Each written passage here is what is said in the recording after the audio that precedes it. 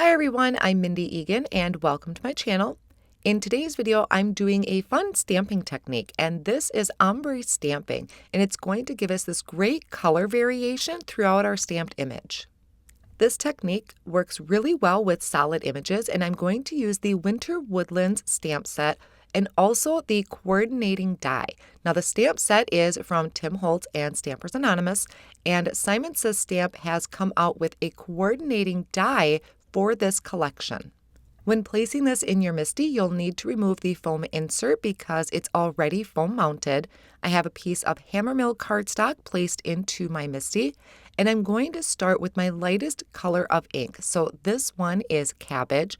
I inked up the very top portion of my tree, and I took a blending brush and I just kind of lightly brushed away some of that ink so I'm not getting a harsh line. This is going to make it so it looks like a seamless blend of color throughout the image. I am going to stamp this one more time, again using that blending brush to soften that edge, and this is just going to make that light green stand out a little bit. Then I will use the next color in this selection. This one is Artichoke, and I'm using the edge of my ink pad to get that middle layer of the tree. So just that middle section, again bringing in my blending brush to soften the edges on both the top and the bottom. Now this particular ink collection is from Simon Says Stamp, so there are 3 different shades in it, which I love. 3 is kind of like the perfect number. So I'm going to stamp that down, and I will do each of these sections twice. So I'm bringing in that ink pad just with the edge of the ink pad, and then bring in that blending brush one more time, just really softly going over those edges to help smooth that out and stamp those down. And I really do actually love using red rubber stamps because they do give such a really great clean impression. Next, I'll bring in the darkest color, which is going to go on the bottom of my tree. So I'm inking that up, bringing in that blending brush to lightly go over it, and then stamping that down. Now this technique can be used really with any of your stamps. It doesn't have to be red rubber. It can be your clear stamps. You can use this technique there too. I've used this technique a few times on some flowers, and I believe I also did it on a more solid background, and it works really great for solid backgrounds. So here again, I'm stamping that twice to get that really nice dark transition towards the bottom. So that's going to finish off my tree. Now, while I had my Misti out, I was going to be doing some stamping, but I need to die cut a panel first, and I did that with my nesting rectangles. I left the foam insert out of my Misti, and I put a little bit of repositionable tape on the back of this panel, and then I'm going to bring in another image off of this stamp set. So it's because of this image that I decided to cut my panel first, because then I can just fit this right over the top. I don't have to worry about trimming it out. So I'm placing this image over my cardstock that I have placed down in the bottom of my Misti, and this time I'm going to ink it up with latte ink. So this is a very nice light brown. I'm going to ink up that entire image and stamp that down, and this is going to be the background for my tree. So you could say I'm creating more of a vintage style card. Now that is super light, so I am going to bring it in one more time. Now with the inks, a lot of times the colors do dry back a little bit, which again is why I love using my stamping positioner to really intensify the colors as much as I can. So I will clean off my stamp and put that away, and I'm going to be doing my sentiment as well. Now this is also off of that Winter Woodlands stamp set. Again, left that foam insert out. I have a piece of white cardstock here. I prepped the cardstock with an anti-static powder tool, and I'm inking it up in Versafine Clair Ink. So the reason I chose this ink is because it does stay wet a little bit longer than your regular dye inks. I'm going to ink it up twice, and then the reason I did this is I wanted to apply clear embossing powder over the top so that it's going to give it a really nice shine. So I sprinkled on that clear embossing powder, and then I can melt that with my heat tool.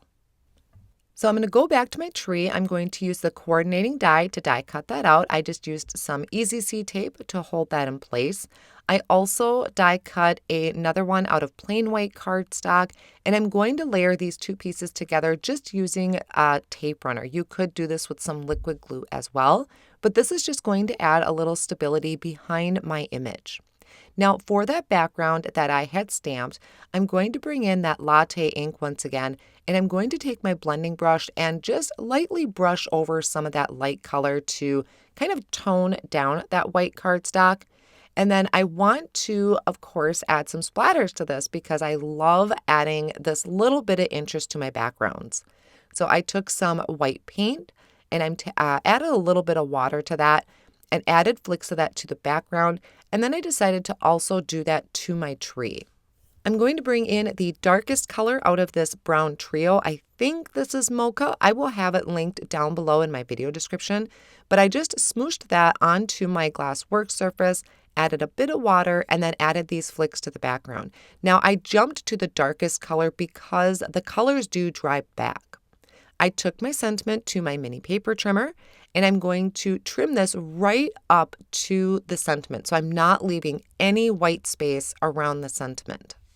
It is going to leave me some corners there, and I'm going to use my fine tip scissors to just trim those corners out. So I have this kind of perfectly framed sentiment. I also have a piece of extra white cardstock that I have left over from when I trimmed this out.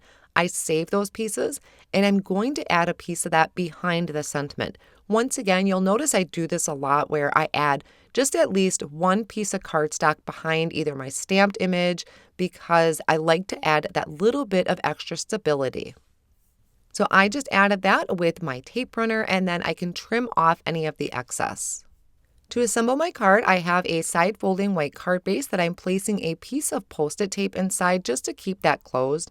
And off screen, I die cut out this frame. Now this is the nesting postage die from Hero Arts along with their cherry cardstock.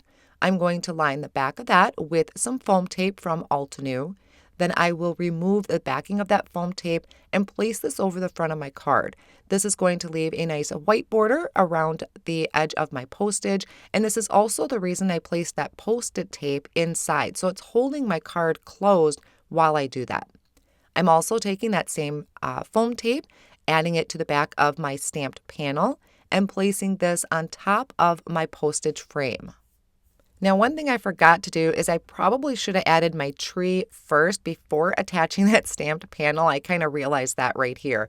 So what I'll do is take my tree over to my paper trimmer, and I am going to just trim off that one edge. Then I can bring this back over to my card front. I'm going to add, now this is the Big Momma foam tape, so it's a thinner thickness of tape to the back of my tree, and then I can line up my straight cut edge with the edge of my panel there. So I really should have did that before adding my panels, but I forgot. So this worked out as well. I'm taking the sentiment, I added the Altenew foam tape to the right hand side, and the left hand side of it I added tape runner. So it's going to overlap my tree a little bit. Now, yes, I use a lot of foam tape in here, but I love the different thicknesses of it, and I really love adding that dimension to my card. I finished it off by adding some sparkle embellishments to my tree, which would be really cute if you had colored sparkles that you could add here too, but these are just a silver sparkle. And then I can write my holiday message in the inside of my card. I hope you enjoyed today's video and will give this technique a try. I will have all of my supplies listed down below in the video description and over on my blog. Thanks so much for stopping by, and I'll see you again real soon.